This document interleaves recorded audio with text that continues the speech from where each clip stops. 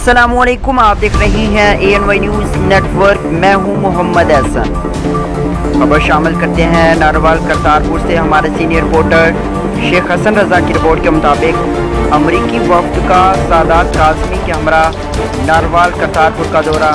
Pir तरीक़त फ़ख्र Sadat Pir Syed Fahd Raza Kazmi आस्ताना Alia बद्दुम Ali Sharif, Pir Syed Fawad Raza Kazmi of America, पीर सैयद हम्माद रज़ा काज़मी की दावत पर अमेरिका से आए हुए वफूद Mrs Olga, Mrs Alina, mister John का करतारपुर राहदारी का दौरा करवाया। करतारपुर राहदारी पहुँचने पर शेख मोहम्मद हसनैन रज़ा समाजी शख्सियत नारवाल और उनकी पूरी टीम की तरफ से दर्शन डिलीवरी पर शानदार इस्तकबाल, फूलों के हाथ पहनाए गए और करतारपुर राहदारी का मुकम्मल विजिट करवाया गया। मेहमानाने ग्रामी कदर को लंगर हाल में लंगर भी करवाया गया। अमरीकी वफ़द का करतारपुर पहुंचने पर सिक्योरिटी के सख्त इंतजाम किए गए। इस मौके पर मीडिया से गुफ्तगू करते हुए अमेरिका से आए हुए वफूद ने कहा कि हमें करतारपुर आकर बड़ी खुशी मिली है।